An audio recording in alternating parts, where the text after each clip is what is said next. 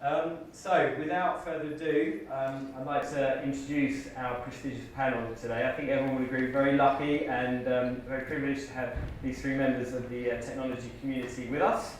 To my immediate left, I have Mary LeBlanc. Mary is currently the CIO for Novartis Pharma, an organisation I'm sure you're very familiar with. She's held that position since 2010 and is based out of Basel. So has joined us in London today, which again we're very, very privileged to have.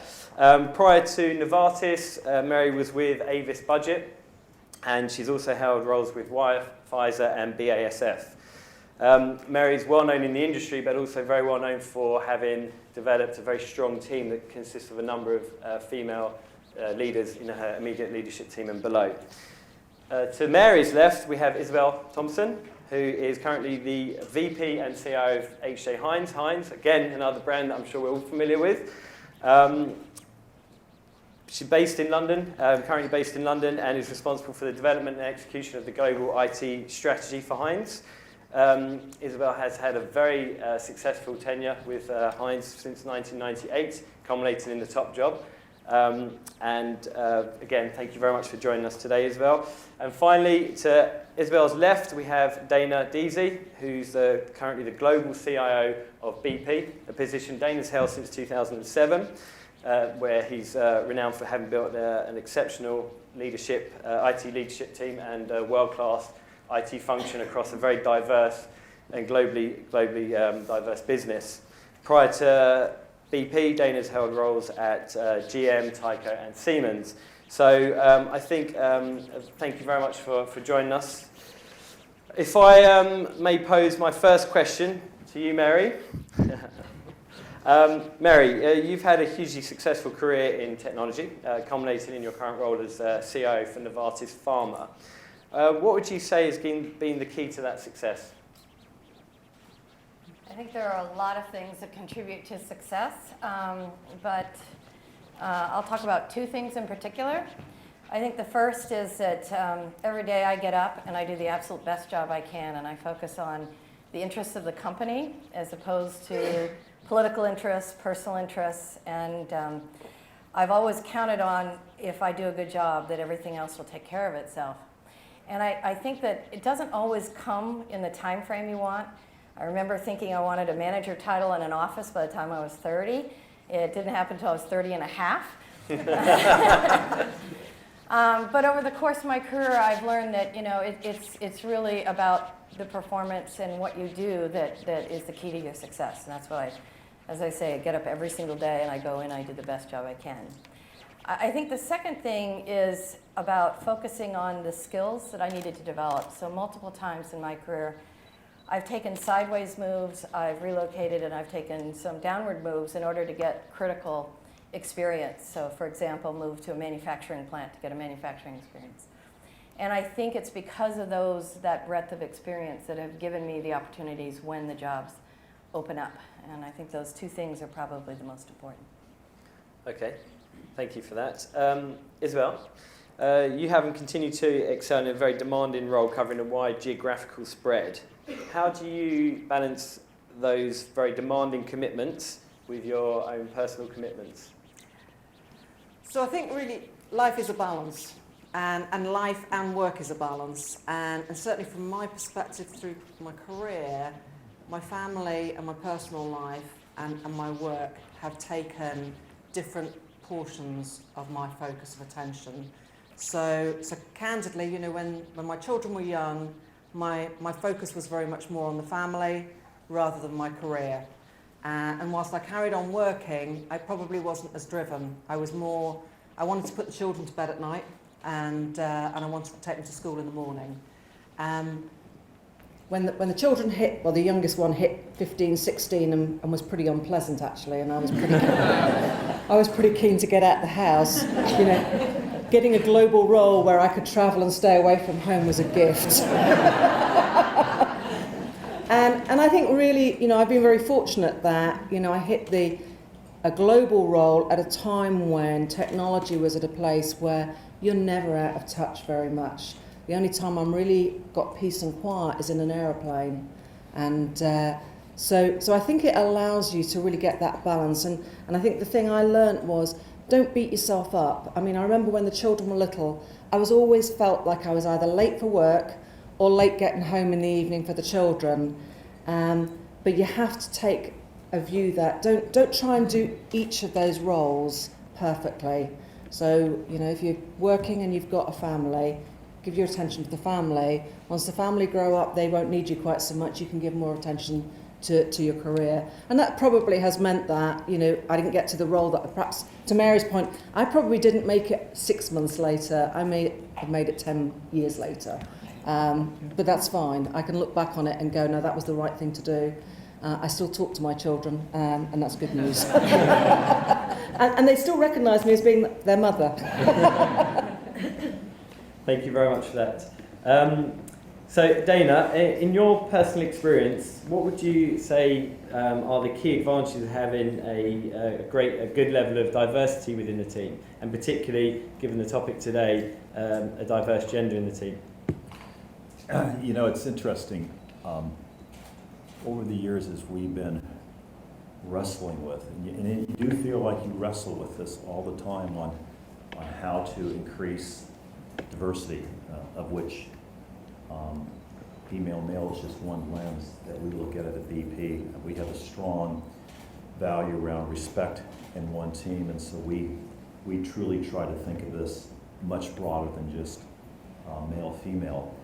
It's a multiplier effect. It's quite interesting. You know, we always have said, boy, if I could just get a wider access to a pool of people, that in turn gives you access to other people. And it is amazing how we start to see this multiplier effect occurring. And then as that occurs, it's one thing to say, boy, you really do get a diverse set of views when you get much more of a diverse team, but you really get a much healthier debate. I find that as our leadership team has gotten a lot more diversity, we find ourselves having debates and conversations we never would have had before. There is just a different way that different people think about things. And boy, you know that tunnel vision of, you know, you get like-minded people in the room, be careful. You see that in spades every day, and as we've been able to bring very senior leader females into the organization, they ask questions differently, they challenge differently, and the outcomes just exponentially improve time over time. The other thing it's done for us, just from a pure technology standpoint, and we really see this with some of our younger female leaders in the organization, is just how they view technology, how it can help the company, how it can help employees. They have a different mindset. I, for example, have a reverse mentor. So I've chosen a young lady who's in her 20s, and we meet once a quarter, and she mentors me. And she gives it to me quite straight and painful at times, and likes to jab every once about the different generation and how we're not moving with the right pace. But it's a terrific experience, actually, and it's something I think all of us as leaders could do more of. So there is something about the different lens, the different attitude, the different way of thinking, and then you get this multiplier effect, all of which helps you. And of course, technology is a service within an organisation. Would you say that having a diverse team also helps with your internal customer? Oh, it indeed does. From a lot of different ways. You know, I'm sure all of us in this room have some really difficult internal customers. And there is a chemistry of how certain people click and work well together and others don't. And make no mistake about it, when you get to be a group CIO, one of the things you're always doing is say, what's the arsenal I have available to me to deal with internal challenges? And sometimes you'll sit there and say, I know those personalities will work better together, we'll get a better outcome for that customer. And if your pool, if your arsenal is not deep and broad enough, it makes it quite challenging sometimes to say, who's going to step up and be able to work with that user community? Thank you for that, Dana. Mary, you, as I said earlier, have a number of females in your leadership team. What's been the key to attracting and also retaining and developing that talent, and what challenges have you faced? With apologies to Nike, I think a large part of this is just do it. Right. I think you just have to name people and sometimes take risks with people. But I find when I am in a town hall or speaking at various internal company events, the women come up to me all the time, and I don't think of myself as particularly successful or high up in the company, quite frankly. But people will come up to me and say, it is so inspiring to me to see you on stage, to see a woman on stage, particularly if it's a leadership team. And that makes me feel like I can do it too. So I think certainly that example is huge. I do a lot of mentoring because I think that there are huge style differences between women and men, and sometimes knowing some secrets about style are important. So we do a lot of mentoring and a lot of coaching, a lot of supporting, but honestly, it is more about intent. You know, we often spend a lot of time debating it, and that's why I go back to the just do it. I think the people I see that are most successful at this are the people who just simply pull the talent out, recognize it, pull it, and give people a chance. Because at the end of the day, at the higher levels, the higher up you go, the less it's about courses or training, and the more it is simply about experience. And if you can't get that experience, you can't get the next job. So you have to really just take those risks and see how people develop. And it doesn't always work, but it often works. So that's been very successful in attracting. What challenges have you faced around retention, if any? Retention, yeah. Retention is probably a bigger challenge because I think women in corporations, as they go higher up, also bail more because of the pressures, because of the freedom, the balance, work-life balance issues. In the last 5 years, because of the world economy, we haven't had much retention problems, quite frankly. And we've had some people leave but then come back. So I think for me, retention is more about touching base with people and making sure that if they're worried, that I'm aware of it, making sure I understand that if they are thinking about leaving, what's happening. We had someone who was a very high potential female we sent to the business in a strategic role, and the marketing department just crushed her, basically, and she left the company from that role. And in retrospect, I should have stayed in touch or taken more action when I saw that happening. And so really the key is to make sure that it doesn't get to a point really when people leave. So I do breakfasts all the time. If I'm in country, I will do a breakfast, and I just try to leave a very open dialogue so I can hear or see if something like that is happening. I think even for myself, there are days you wake up and wish, days I wake up and wish my boss would say, you know, how about you? I actually had someone send out an email that we had a little bit of turnover, and send out an email saying, oh, be sure and talk to every one of your people and make sure you understand, and I want it done tomorrow. And I basically wrote, and your direct reports too, maybe? So, I mean, you know, we all go through that, right? Sure. We all want to know that we make a difference, that we're valued, and so, you know, that happens to us, and then we have to remember to do it. So I always try to take that time, so. Thank you very much. Isobel, throughout your career, what trends have you noticed, changes have you noticed in terms of increased females coming to the function, maybe trends losing females from the function? So this was the exam question that I really didn't know the answer to. Right. And I've really tried to think about it, and I think over 35 years, clearly I've seen very different trends. And I go back to, you know, when I had children, women tended to give up work and then not go back to work. You know, I was one of the rare ones that went back into the workplace. I think, you know, in that 35-year period, it's changed completely, you know, 180 degrees turn. I've always lived in the belief that because of that 180-degree turn, over time, we will see more and more women at those senior roles because they aren't giving up work in the same way. But candidly, you know, it is still difficult to find the right talent in the workplace, in IT with women. And I wonder whether it actually stems back to school.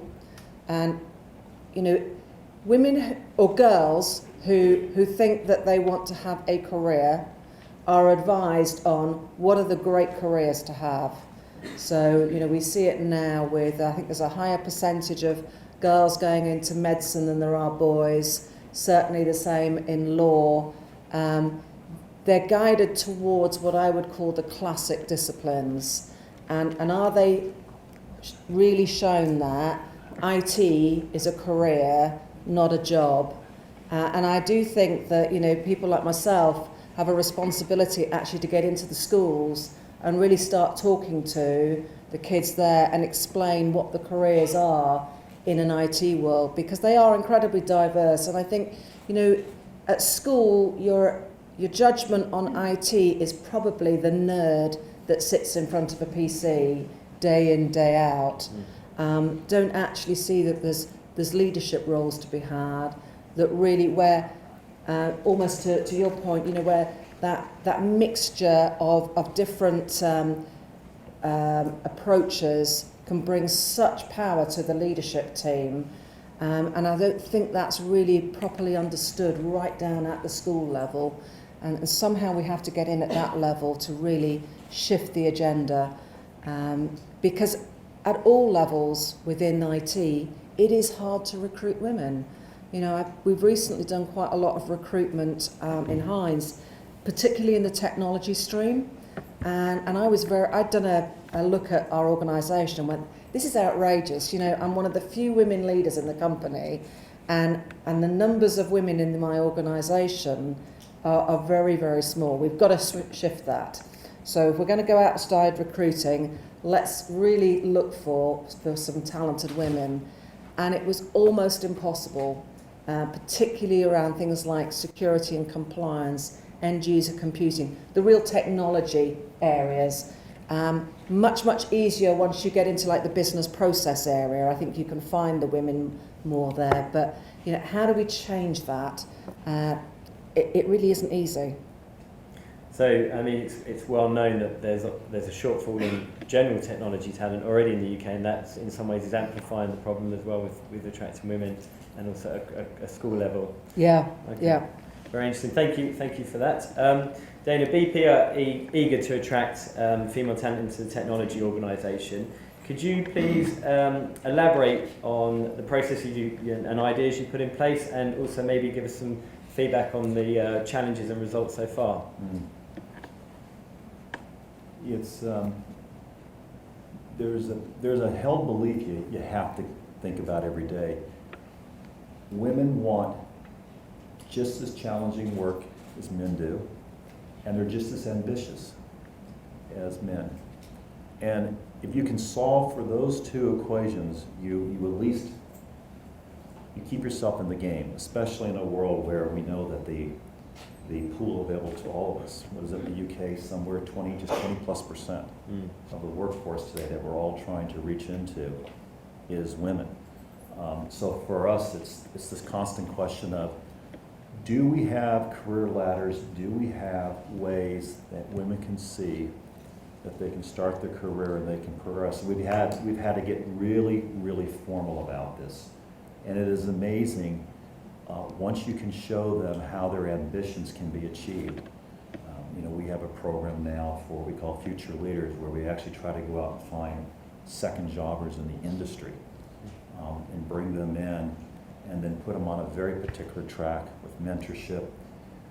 The other thing that they want is they want access to the top of the house. You can never underestimate the importance of just giving them access to senior leadership. In our last tranche, we got something like 2,000 resumes for about 25 positions, and we got 40% women that came through. The first time, we only got about 20%. So remember that multiplier effect I talked about? The more you promote, the more you do, the more it starts to naturally happen. There's also some mechanical things we've had to do. We've had to actually run some courses on unconscious bias that we've asked all of our leaders to go through. And we try to do these courses in a really authentic way, not a stilted way, to get people to really kind of put the mirror up themselves and say, everybody holds unconscious biases. How does that look? How does that show up? How do you think about that when you're going through an interview process? And then on the interview process, this idea of diverse panels and diverse slates. It is quite fascinating since we've gone to diverse panels. You do run into a couple challenges and dilemmas. Some of our women leaders find themselves on more and more diverse interview panels because as you start to go out and look at the available people to interview, you find that's actually one of the challenges we face. And finally, this idea of agile working, it's quite fascinating. So we are strong advocates of agile working. The job sharing, the working from home, working different hours, trying to accommodate. The challenge we have is getting our young women leaders to believe in it. There is some stigma about when you come to a very, very large company such as BP that I can't raise my hand and ask for that because I'm as ambitious as that next person. And if I ask for that, I'm going to lose out, and therefore I'm going to stay silent. And no matter how much you try to promote that and suggest that, until you can get senior leaders to start working in an agile working way, it doesn't give them the comfort to start doing it themselves, no matter how strong you may promote it. And I've been promoting this now for probably the last year and a half, but it's still a significant challenge for us. And I think the other one is frankly working with our suppliers. We have a very large supplier base, and I think sometimes we get so wrapped up around what our internal IT organization should look like from diversity, and yet we go into our supplier base. I have 7,000 managed service employees, and we haven't been spending enough time looking out now to say, what does that diversity look like? Because if that diversity is working with your people every day, and that is a heavily slated male pool, when you're new, you don't know who's a BP employee versus an outsourced employee, and it does start to have an unconscious bias that can go the wrong way. So we have to work further on that as well.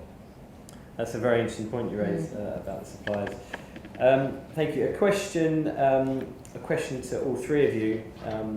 There has been talk by the government about imposing law, I guess, for want of a better word, about the percentage of females on the board.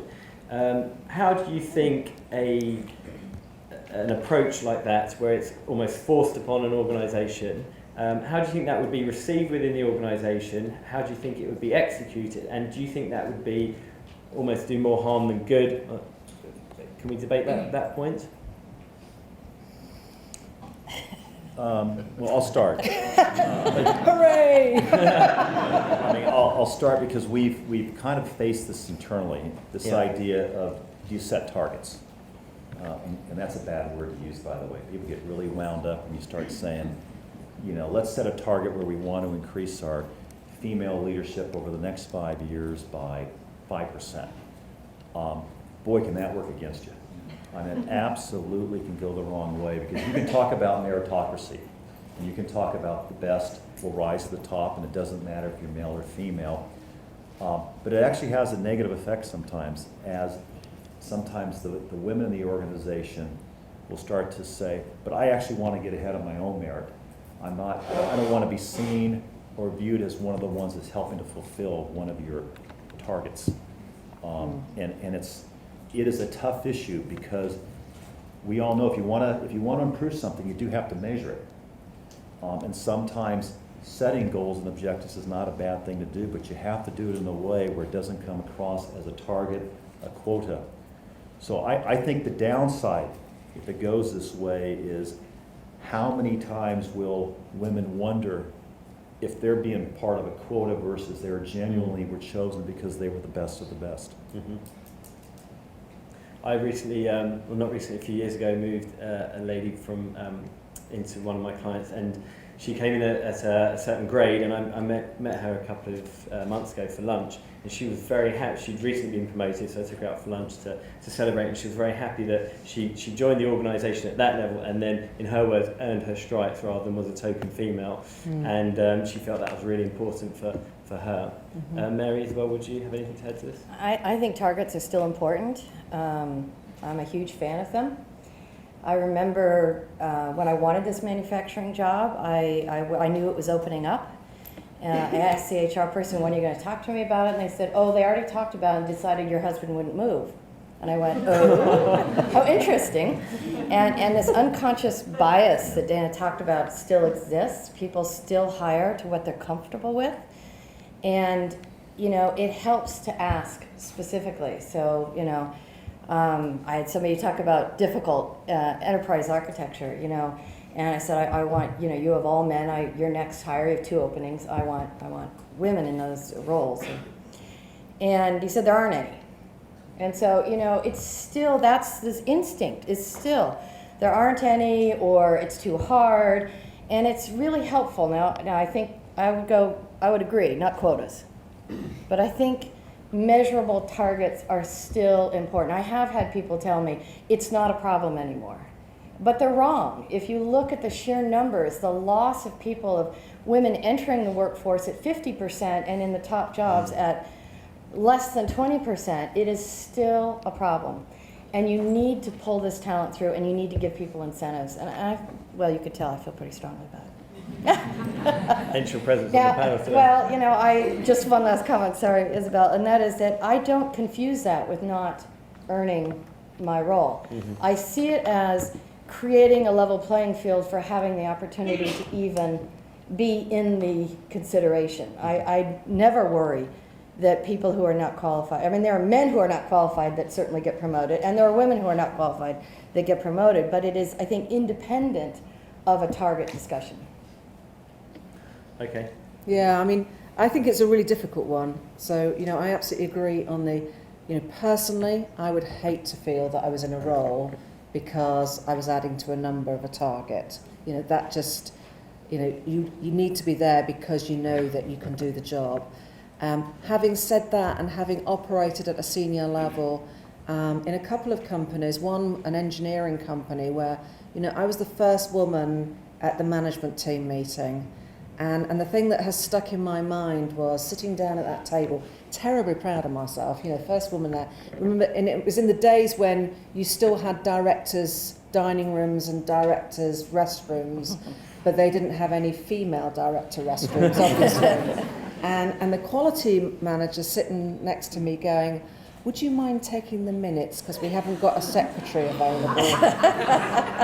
and you sit there and you're so pleased with yourself that you're there and you think, how am I going to answer that one? You know, and I still think even to this day, it's very hard as a woman in that scene, in quite a close knit, you know, the senior leadership team of a company tends to feed off each other because it's very important that they do, and it tends to be a very close knit organisation, and certainly I have found that, you know, the casual conversation tends to stray into football, and when I say football, I work for an American company, and it's that game where they run for 20 seconds and then stop and have a breather,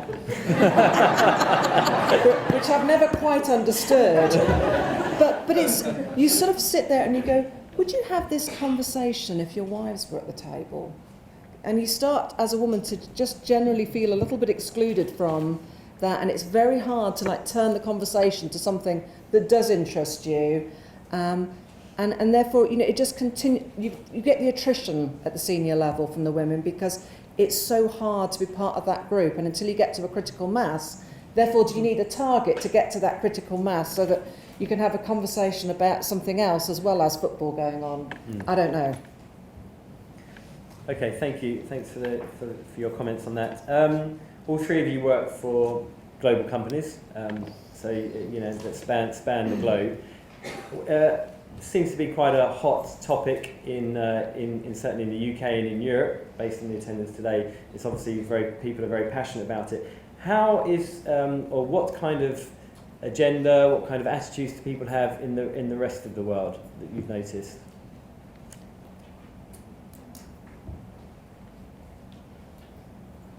I'll start again. Thank you.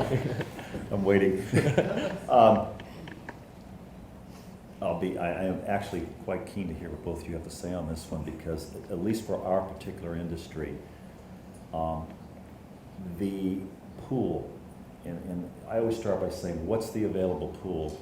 And then what do you have to do to get more access to that pool, a higher leverage share of that pool? in Asia, for example, we are about 60-40 today.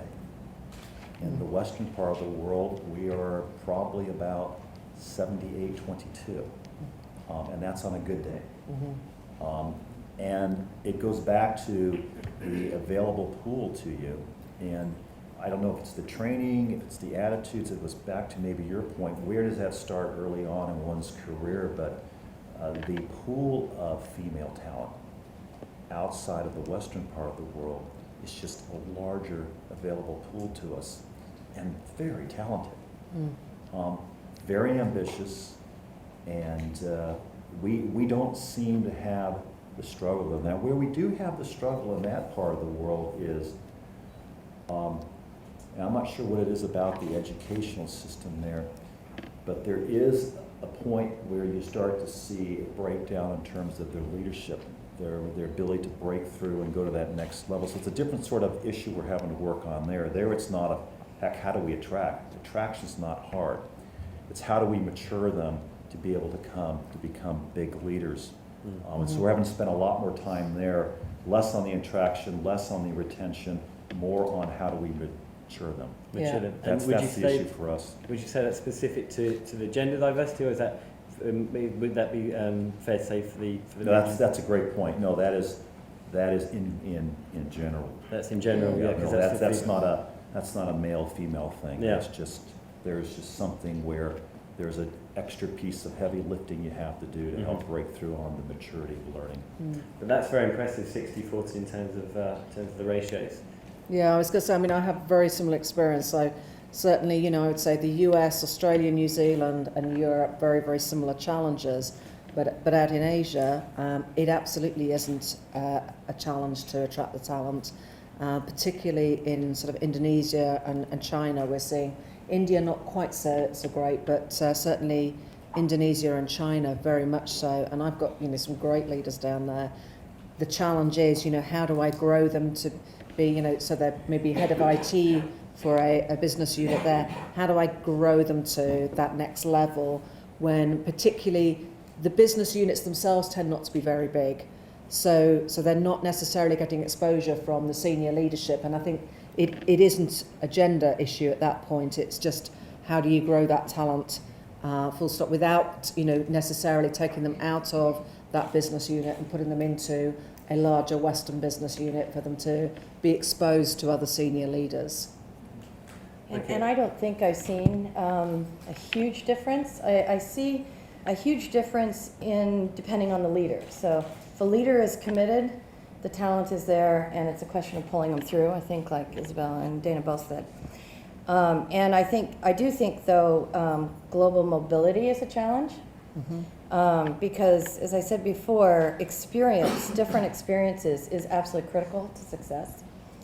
And I think mobility, it's not, you know, I hesitate to make broad generalizations, but, and we're seeing it more with men, that mobility, they're making more choices for family, but I think it has historically been a bigger challenge for women. So if you don't get the experience, you know, then you can't get the advancement, and then, you know, unless you're in a country that has a big enough subsidiary to put your entire career into. So for a global company, I think that mobility is a key component. But I don't see the problem in finding the talent at all. I don't see too much differences. I think the pools are bigger for sure, but it's all about pulling it through. So I've seen, you know, Latin America, which is traditionally a country I think where we haven't seen a lot of women come through, partly due to the culture. I've seen the right leader go in and within 2 years have a 40% female leadership panel. So it goes back to my original comment about just do it. It is about intent. You know, it is so much about intent.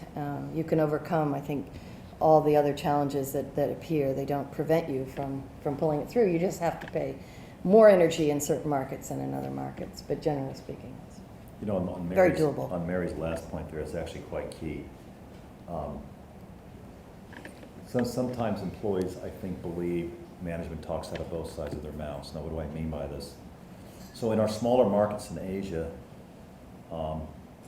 we do know that for men or women to be able to become successful, they are going to have to do a stint at some point in their career. I like to call it over at the mothership. In this case, it's the UK. It's no difference if you're sitting in the US or other parts of the world.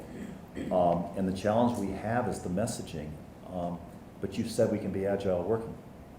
So why is it when you've said, if I'm talking to a young female lady, let's say sitting over in Singapore, who's very talented, I'm saying, at some point you're going to need to come over and do a stint in London. You do run into this challenge because they've also heard a very strong message that we're going to help develop you in a very agile way. And it is a real world tension point that we have, and just being authentic, that we have to wrestle with all the time. Thank you. I mean, we've talked about Asia quite a bit, and you touched on South America there. It seems to me that Mary's point about the leadership, get the right person in place. Outside of the technology function for a minute, if you look at the organisation generally, are you finding that, or not even internally in your organisation, but other organisations in the region, that that diversity is being pushed? Are you finding that there's people talking about it? Is there interest in it in Africa, South America, if you have experience in these regions? Absolutely. You are finding that? Absolutely. I think any global company today, going back to Dana's earlier point, is diversity is critical to business success these days, and I think it's no longer being debated. I think it's pretty well accepted. It's accepted. And I believe it's on the agendas of most global companies. Good. Okay, I'd like to, at this point, open questions up to the audience. As I mentioned earlier, we have people with microphones, I hope. A microphone here. Those were hard. You make them easy questions. This lady here, thank you. My observation is that many women view themselves as being fatter than they really are, less able than they really are, less attractive than they really are, and men don't appear to have that self-limiting belief system. Is that my own internal mirror somehow warping, or do you recognise that as a real issue? And if so, what can be done about something as deep-seated as that? The imposter syndrome? Yeah, well, I mean, I think it's absolutely right. I think that is the challenge, and I think women feel they've got to be better than men in order to progress, and actually they don't, but internally they feel they do. And I think the more, to Mary's point, you pull the women through the organisation and allow them to operate at that level and allow them to understand that they are as good, if not better, than a lot of their peers, then it will become a self-fulfilling prophecy that you'll bring more and more people through. But it is always a challenge, and that's the great thing about diversity, is that, and candidly, don't take offence, men think they're better than they are, women think they're worse than they are. And that brings the melting pot that you want in a leadership team. But it's just bringing the women through, and I can't tell you the number of times in my career when I've gone into a job and felt sweaty-handed almost. I'm so nervous because I felt that I've not been good enough to do the job, and at the end of the first week thinking, it isn't as tough as I thought it was, and it's how can you get the women to try it, get into that, what I call the uncomfortable zone. Because it very quickly becomes a comfortable zone. I think it's absolutely true, but not for all women. I've certainly met women who don't have any issue at all with that. But it's been true for me in my career, and I think it's worked both ways. I think to a large degree it has made me more humble and work harder, this sense of not being good enough. And I think that that can work for you very well. I think it can become dysfunctional if it starts to affect your work in terms of, I'm not good enough, And I've availed myself over the last 30 years at various points in my career with coaching and counseling specifically on this topic. Mm-hmm. And I think it's and my coaches have assured me that this is an actual phenomenon. It's fairly common, but so I've learned to temper it, learn to use it as a strength, but not, let it become a weakness. So I think you're spot on. We had this aha moment about a couple of years ago. we were looking at the job descriptions we were writing, and we said, well, you know, why is it we know such and such, such and such, and such and such would be great candidates, why aren't they even applying? And somebody pointed out to us one day, look at the way you wrote the job description. I mean, you said you must have these skills. And they said, guys will basically ignore that. Whether they have it or not. I know in my career, it's like, well, I know I don't have that, but I'm going to BS my way through it in the interview. Whereas women will look at that and say, well, I don't actually have that. And that was a huge breakthrough for us. So we've actually had to spend a lot more time now thinking about just writing up job descriptions, especially when you go to the marketplace. I mean, I'm not sure how many of you have ever been to that exercise where you look at 20 words and you just say, what would be the words that would be more attractive for a female versus the words that would be more attractive for a male? But it is massively important on how you just write up job specifications, because there is this authenticity of how women will view looking at it versus how a male will. So, I agree. Okay, we have two more in the front.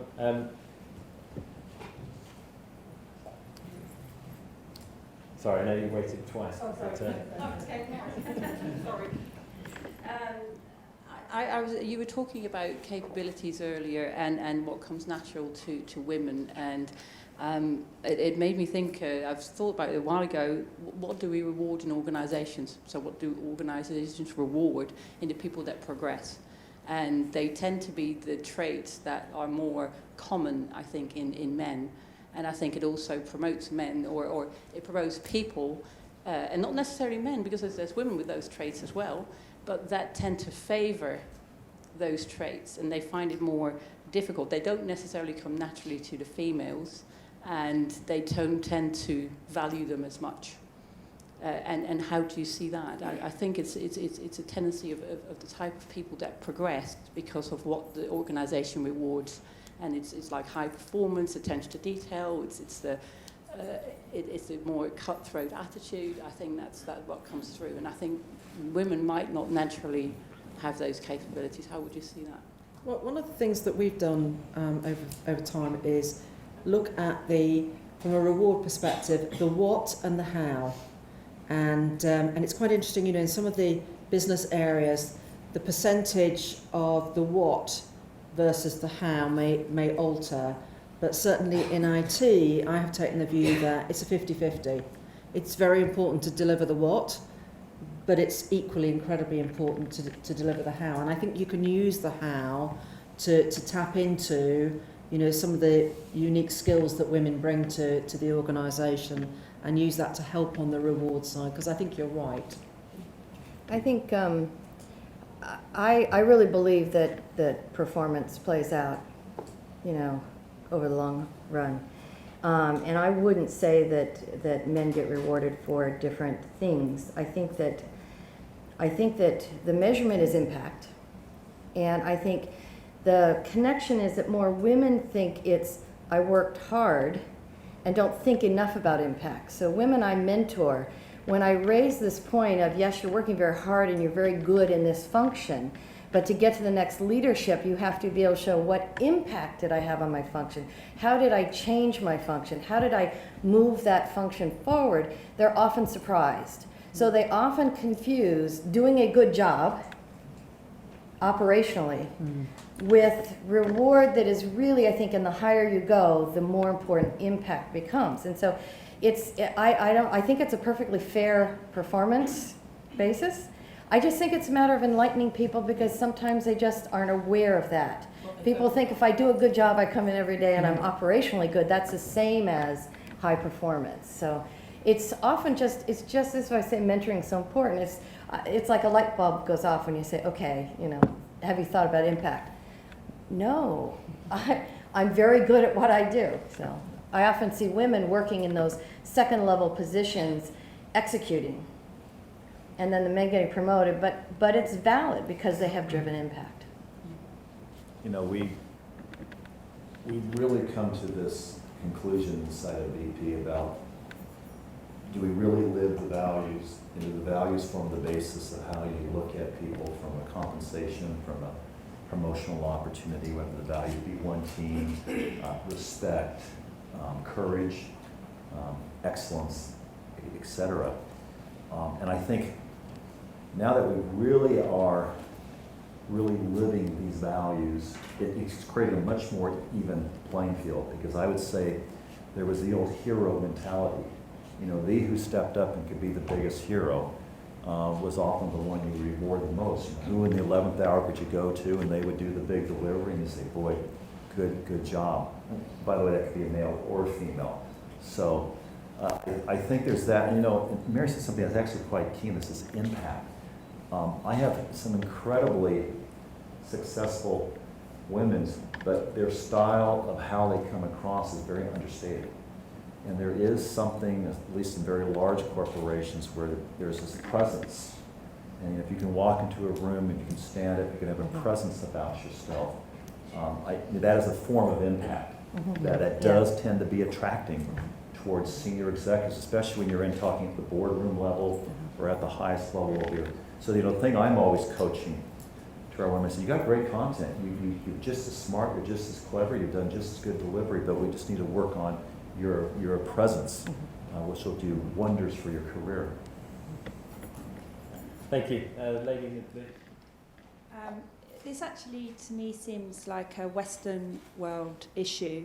You've all talked about Asia, and that actually you have a good percentage of male-female because they're actually inspired to do careers potentially in technology and engineering. So actually, my question is, what can we learn from those countries to change the perception within the UK, apart from just going into our schools, to actually encourage not just potentially more female, but more people to go into science and technology and engineering careers to see that they can make a difference? I mean, as the only Brit here.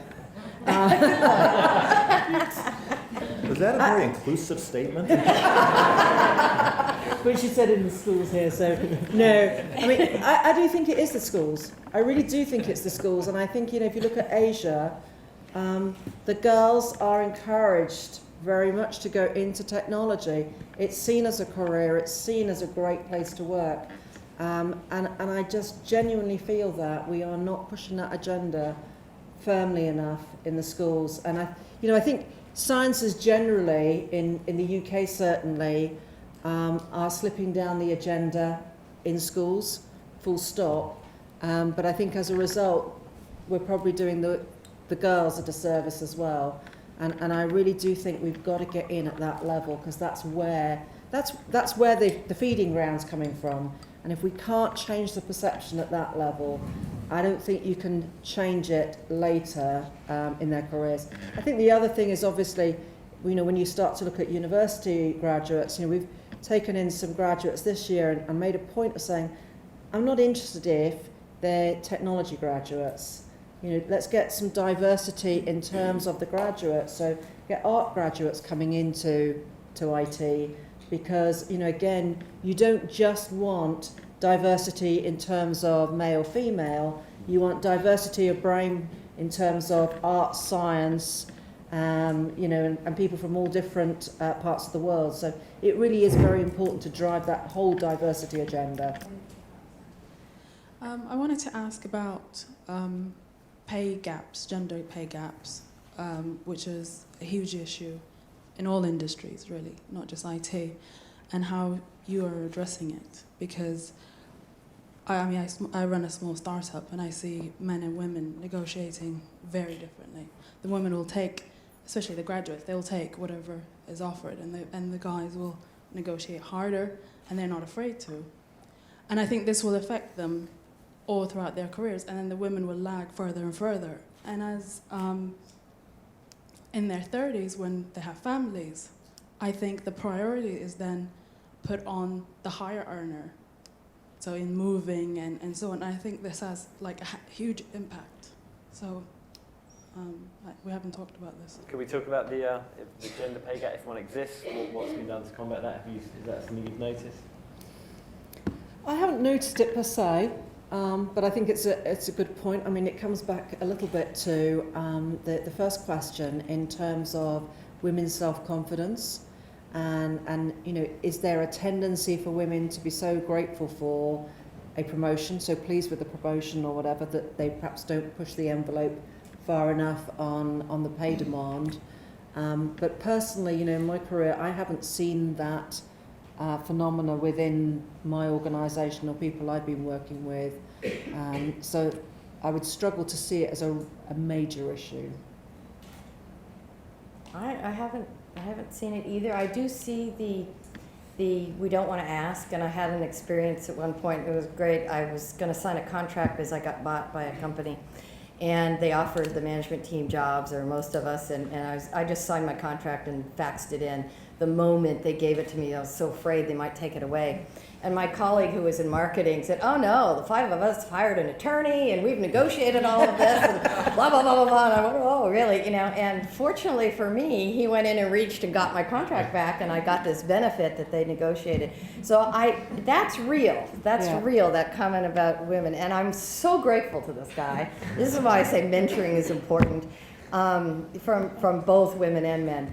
I'm not sure I would still ask for it, and I'm going, you know, I have a little broken record here. I still go back to, I have fallen behind, but I have pushed forward. And in the end, I feel my performance has always given me the money. And I actually had people argue, like, "She's really fierce, you better give her some money," and I didn't have to say anything. It was great. I got to go in and say, "Thank you very much." You know, it was way beyond my expectations. But in the end, you know, for me, money, it's about being paid fairly, and I've always felt I've been paid fairly. So I don't want to diminish the problem in any way, shape, or form, but I really go back to, I focus on performance, and I've really felt that I personally have always been rewarded for that performance fairly. And I don't obsess whether it's less. I know other people make more than me, and I know other people make less than me. And I only ask myself the question, do I feel I am paid fairly? And the answer has always been yes. So I would say it is something you have to measure and watch. So, you know, every year when we go through the annual pay cycle reviews, I ask at the top of the house, I said, I want to see by pay grade, by geography, by job type, what's the distribution curve looking like this year in terms of who's getting the promotions, who's getting the X percent versus a lower percent. You know, back to that unconscious bias. If someone's not doing that and objectively looking at it and rolling it all up, you can sometimes see some unconscious bias. It could be at a certain pay grade, or it could be a certain type of job. So we work hard at, to your very point, stepping back, looking at it in the round, and saying, are there some unconscious biases creeping in? And we will go back and challenge, just to make sure that, you know, it was truly on meritocracy on how these promotions or pay increases were given. And have you actually seen differences where you have had to go back? Yeah. Yeah. Occasionally we've had to. You know, it's obviously, it's an incredibly large organization. Yeah. And, you know, you get this classic case of everybody's interpretation of what a single digit versus a double digit increase should look like based on improvement. And that you don't calibrate sometimes and say, well, so how did you think about Jim versus Susan? You can say, well, we based Jim to get X because of this sort of characteristic, and say, yeah, but Susan did Y. So we do have to challenge it. That's interesting. We do a lot of calibration within the function, calibration across divisions. Yeah. And I feel like in a way that sort of tends to drive that out. Yeah. I think calibration is a huge tool, positive tool, really. Yes, we have a question in the front, please. Microphone, thank you.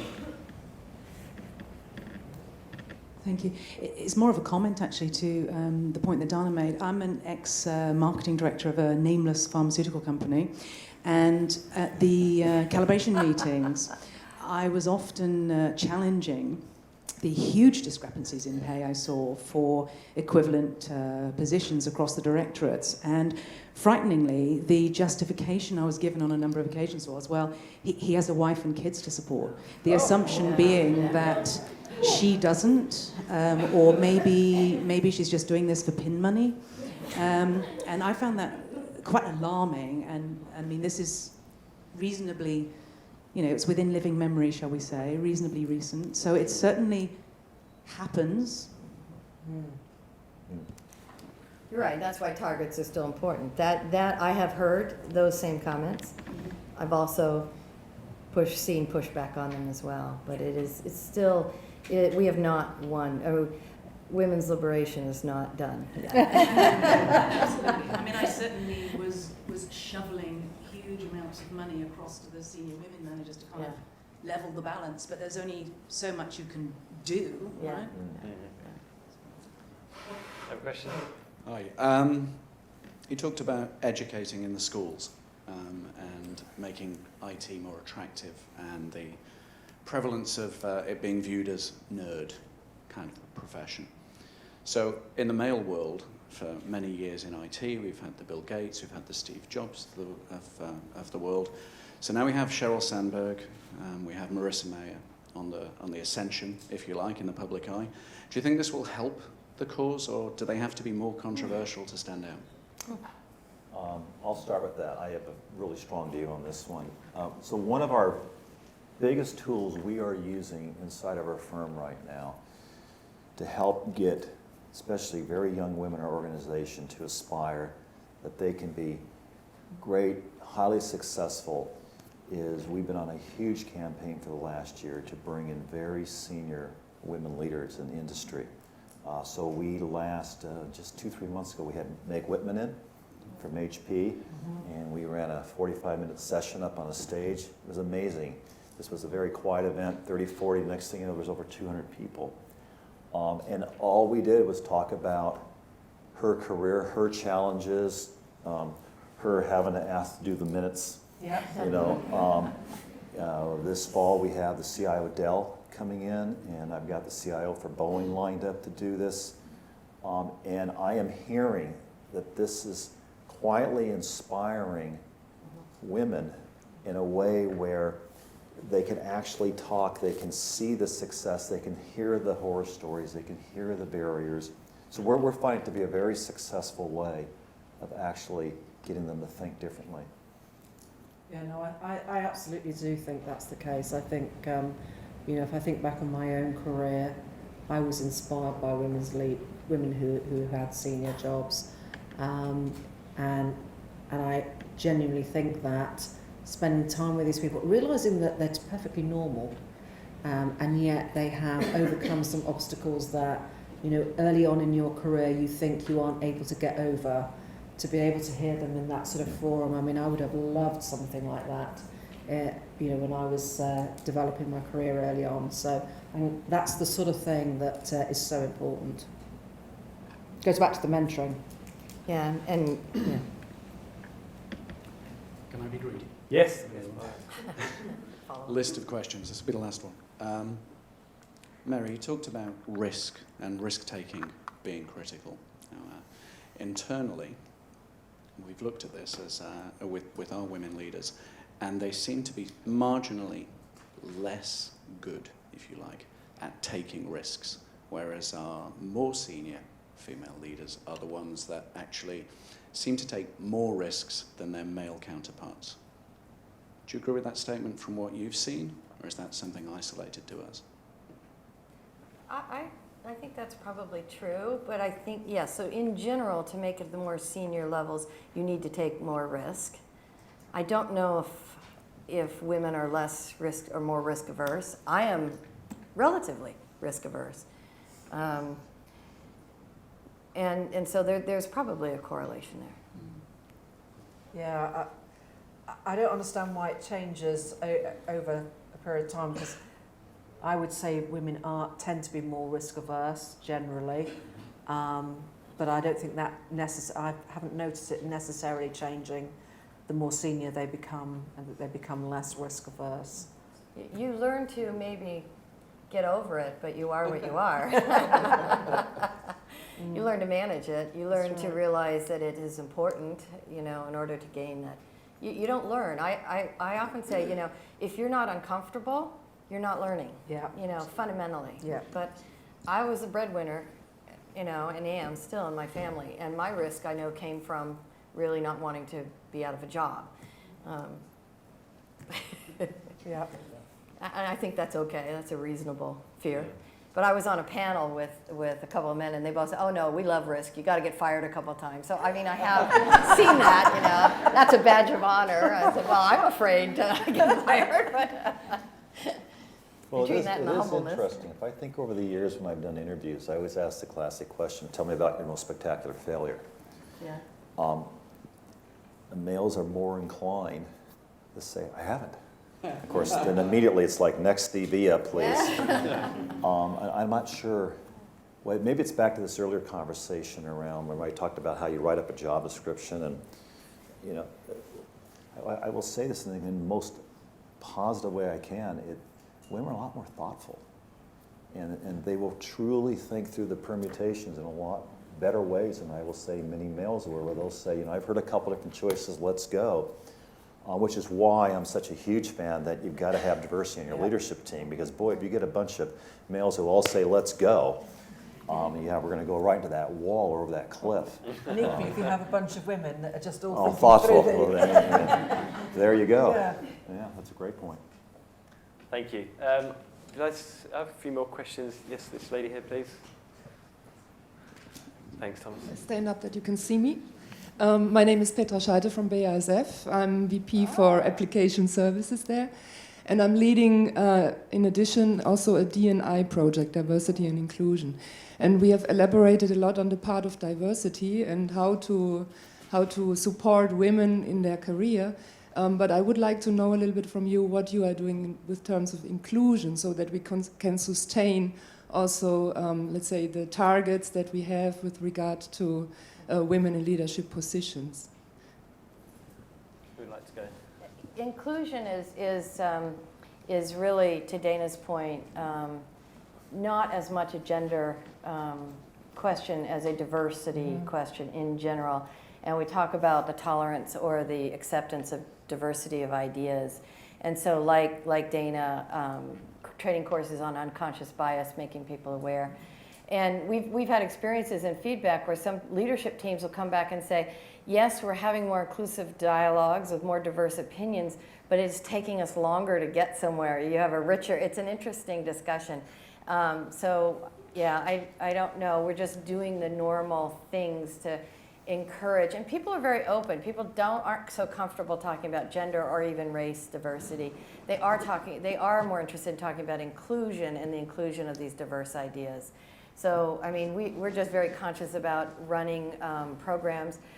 In technology, it was interesting, I heard someone speak and they said, you know, this unconscious bias often goes to, in the sciences, to the biases between a lab chemist and a bench chemist and a lab technician, for example, and if you get away from gender. So they actually sponsored an idea platform discussion where the generator of the idea was anonymous from the discussion panel. And I thought this was such a fabulous idea.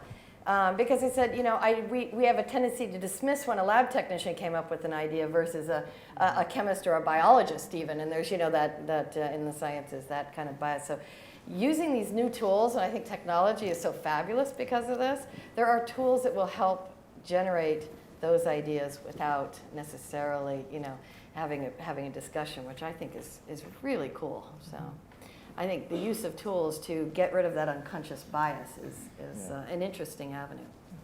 Yeah, it's interesting. I don't find the inclusion is a gender issue.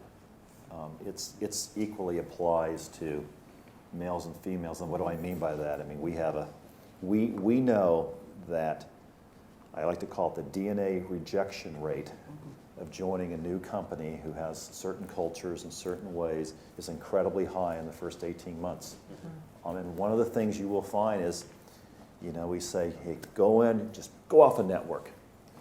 Great. Yeah, that's sure going to work. And if it's in that first 18 months to 2 years that you're not going out of your way to help create that inclusion, because they'll figure it out. But for us, inclusion really worries us on how included they're feeling when they first joining the firm, or if we're moving them from one part of the business to another, because let's face it, you feel like you got them down to the bottom of the rung of the ladder, just from your social inclusion aspect when you move within the firm sometimes. And I think that is what we try to think about the focus on. Yeah, I think it has to become part of the DNA of the company, the whole inclusive bit. And certainly, we've seen the same thing, the attrition rate in that first 18 months when, we always say, it's a unique culture. Well, every company has a unique culture, and it just takes a while to really understand and be able to operate successfully within that culture. And I think it's incumbent on everyone in the organisation to help people assimilate to the new culture. Thank you. Yes, we have a question in the front. If we could just get the microphone to you, please. It's coming. Thanks. Hello. I'm pretty fortunate that I do work for a fairly diverse company brand where my CEO, CFO and CMO are all female, which is great inspirational leadership for me. One question I have really is kind of, in this world where it's available online all the time, how have you been able to incorporate sort of flexible working at all within your organisation? So we see a lot about 4-day weeks for both females and males, and also, sort of working from home. Because I think we struggle still there's a certain degree of reluctance, I think, to still incorporate that in, across the organisation. I think, Dana, you touched on this point. Yeah, I'll just say, absolutely, fully endorsed, fully embraced in our firm, fully embraced by my leadership team. Something being fully embraced and fully endorsed and fully marketed is very different than acceptance. And I'm still looking how to figure out how to convince people we're sincere, we're real. Now we're actually taking senior leaders and having them work in an agile way, thinking maybe this has to be role modeled. But there is this competitive nature where if somebody sees that, Mary's not taking it, and I'm competing in the same area for a career potential, I may be less reluctant to take it, or it may show that I'm less committed if I take it. And it's breaking through. And you talk about biases. Is how do you get people to let go of those internal conversations they're having with themselves? But I think the challenge is not even the flexible working from home. I think we see it in a global organisation. So part of the challenge you have, if you're not where the core team are, or your core team is, you're missing out on what I call the water cooler talk. And certainly, for the last 2 years, I've been splitting my time between the US and the UK. I'm UK based, but the majority of the leadership is in the US. And I always find it very hard to make sure that I'm part of the discussions and part of the decision making for the 2 weeks that I'm in the UK, because you've got the time difference and you've certainly got the just missing out. You're there for the formal meetings, but it's the informal meetings where so many of the decisions are made. And I think that drives a nervousness for people doing remote working, whether it's from home or on a part-time basis. What are the key decisions they're going to miss out on or not be able to contribute to? And I don't know how you get around that, but I think the more people that are doing it, the more people are conscious of it and go, oh, hang on a second, Isobel isn't here. Let's make sure that we patch her in, or we reschedule this and have a proper discussion about it when she's available. I think it's a big part of it is this global workforce as well, I think to Isabel's point. What we see to deal with the mobility question I talked about before, more and more people staying in country but participating on global leadership teams. And I'm finding that to be fairly successful. And once again, I think technology is helping us. So as a leadership team, I have a global leadership team. We've agreed, for example, we have a lot of people in Basel. That's where the water cooler is. And we drink the water now. That we've agreed as a leadership team that when we have a meeting and there are people dialing in from Asia and in the US and Latin America, that we will all be on the teleconference, that we will not gather in a room, because when you gather in a room and you have 10 people in a room and 12 on the phone, it's virtually impossible to hear. And so we actually require all dial-ins, that 100% of us dial in, and we're dialing in then from our desks. And we basically have forbidden ourselves, because I actually was in the US recently on business and dialed in, and we have to remind ourselves every once in a while, because the tendency is to affiliate. So you have to work harder, this isn't directly answering your question, but you have to work harder with diverse teams as well as geographically dispersed teams. But it is really quite possible with the technologies today.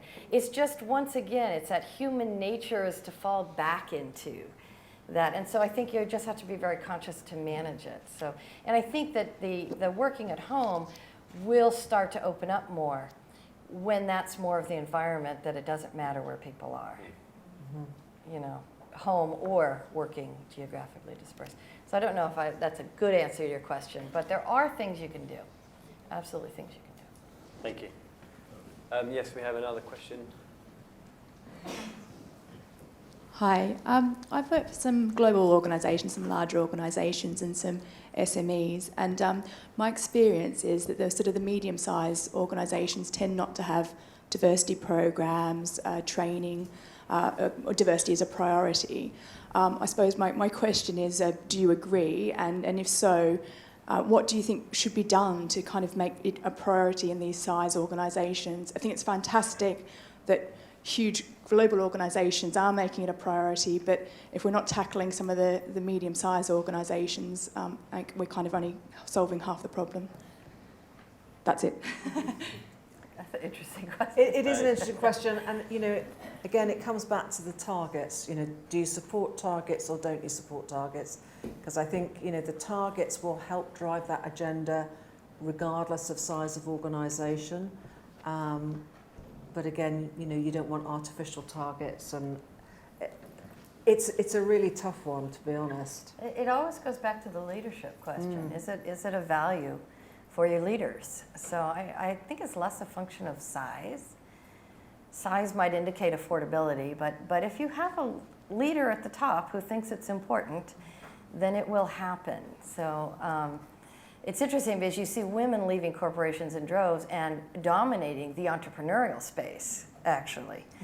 So I guess I've mostly targeted large corporations in my career, and I go to bigger and bigger companies precisely because I feel that women have more opportunities.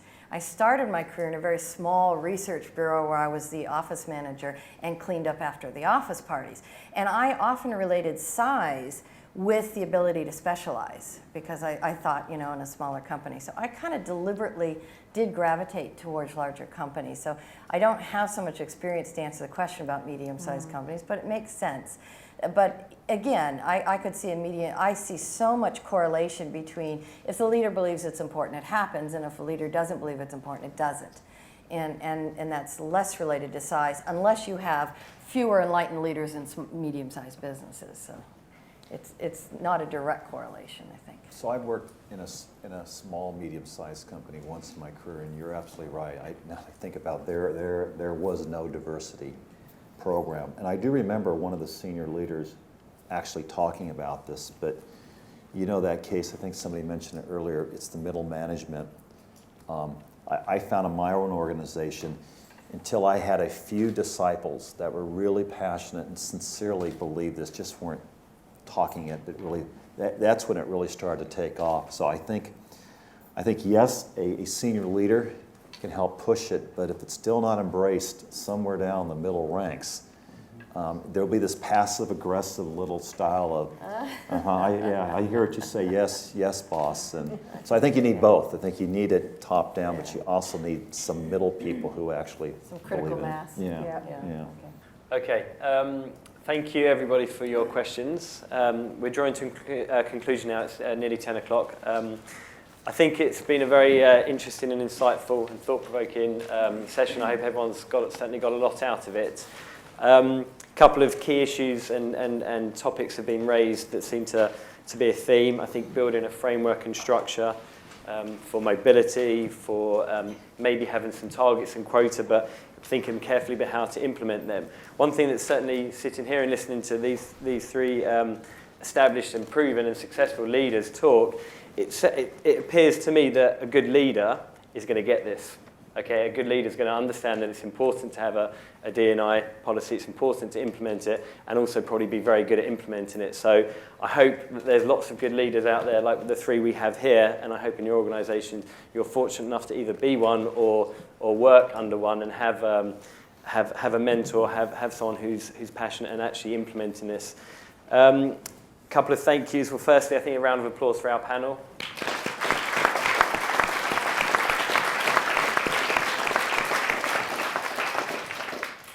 I'd like to thank the team at Montash for their hard work in organising today. I think it was a very successful morning, so well done to everybody for your efforts. And I'd also like to thank all of you for your contribution towards our charity that we're passionate about, Montash, which is Groundwork, which the proceeds of today have gone to. You'll be pleased to know that they're all about empowering and engaging with youth and within schools in disadvantaged areas. So hopefully the work that they do might have some kind of positive impact in the future as well on this topic. We're obviously taking a proactive position at Montash as a technology search and selection firm. We certainly look at internal matrix for our own organisation, and also for the organisations we work with. We try to feedback and support those organisations and encourage them in their D&I. Thank you very much.